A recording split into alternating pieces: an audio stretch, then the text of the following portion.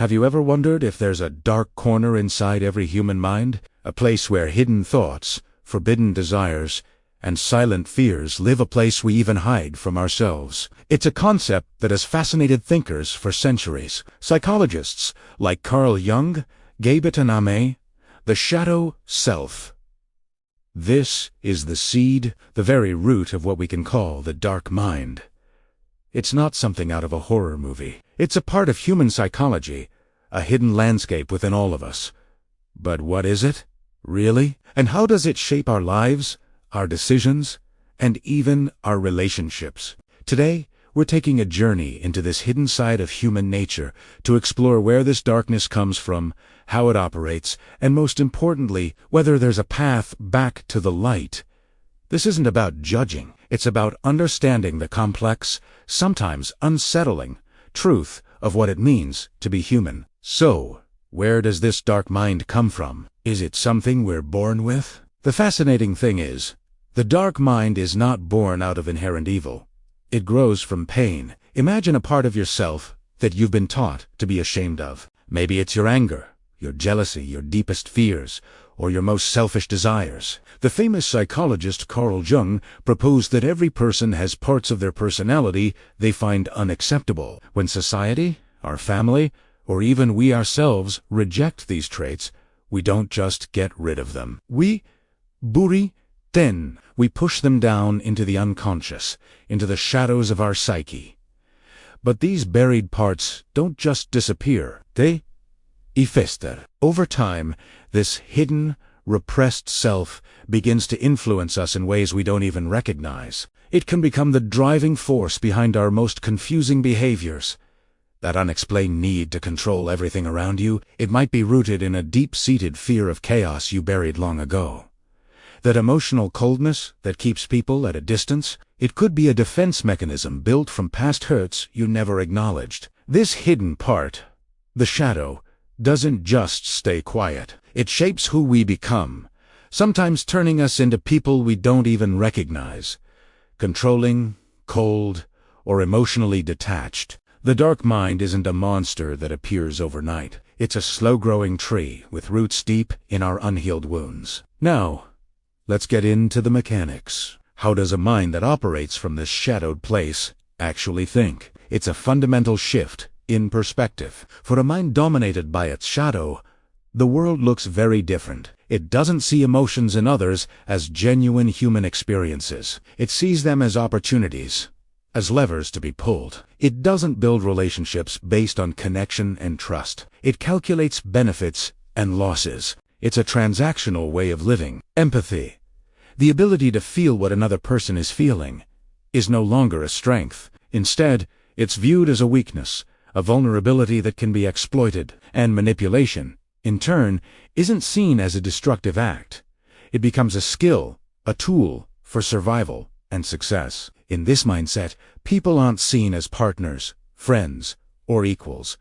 They are categorized into one of two groups: tools or threats. A person is either useful for achieving a goal, or they are an obstacle that needs to be managed, neutralized, or removed. This isn't necessarily conscious, diabolical plotting. It's an automatic, deeply ingrained way of processing the world. It's like a computer running a cold, logical program where human connection isn't part of the code. The warmth of human interaction is replaced by the cold, precise turning of gears. It's a mind that is incredibly efficient at getting what it wants, but it's tragically empty of the one thing that makes life truly meaningful: genuine connection. You might be thinking, this sounds like a movie villain.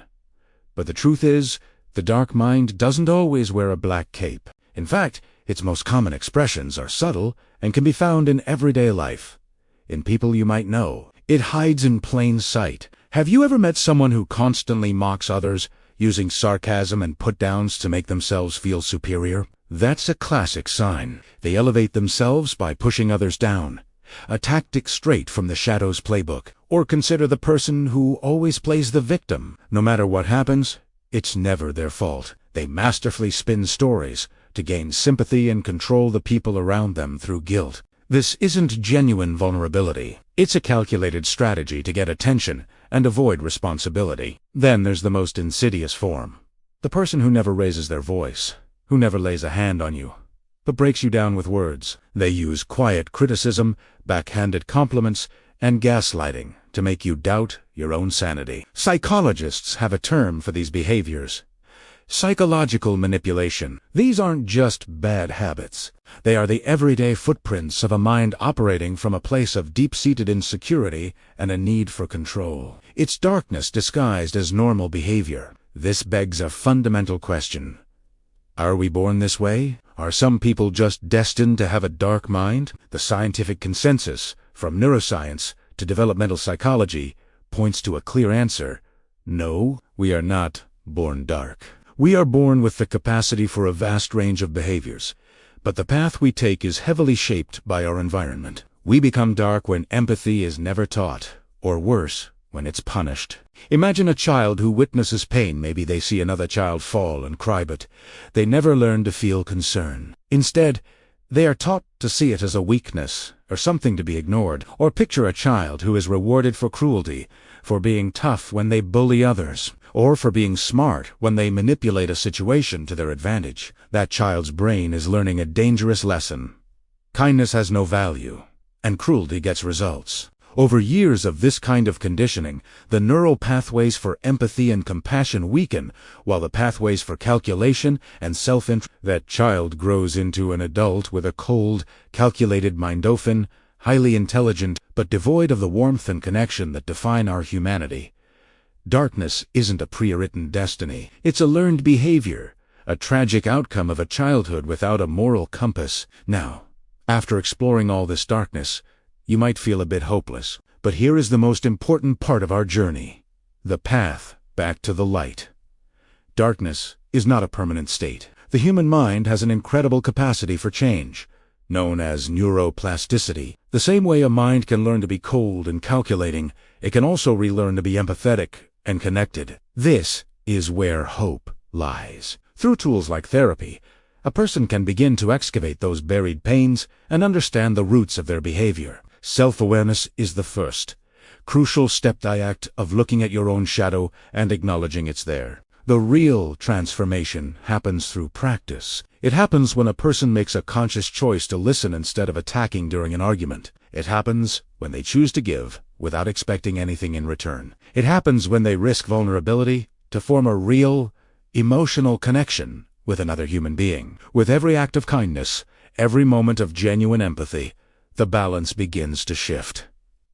Light can return. The goal isn't to destroy the darkness or pretend it doesn't exist. That would just be burying it again. The goal is to understand it, to integrate it, and to bring it into balance with the light. It's about becoming a whole person, not just a perfect one. So, what can we take away from all of this? The dark mind isn't always your enemy. Sometimes it's a signal. It's a red flag waving from a deep part of your psyche. A messenger trying to tell you that there is pain inside, waiting to be healed. When you see these patterns in others, or even in yourself, the need for control, the lack of empathy, the manipulative tendencies, it's easy to judge. But a more powerful response is to see it as a symptom of a deeper wound. Ignoring this darkness, in ourselves or in the world, doesn't make it go away. It only gives it more power. It lets it operate from the shadows, unchecked and unseen. The very first step toward light, toward healing and wholeness, is to have the courage to admit that the darkness exists. Because in the end, ignoring the shadow, pretending it's not there, only lets it win. Acknowledging it is how you begin to take its power back. Thank you so much for joining me on this deep dive into the human mind. If this topic resonated with you, please consider liking this video and subscribing to the channel for more content that explores the complexities of our inner worlds. I'd love to hear your thoughts in the comments below. Stay curious and be kind to yourselves. See you in the next one.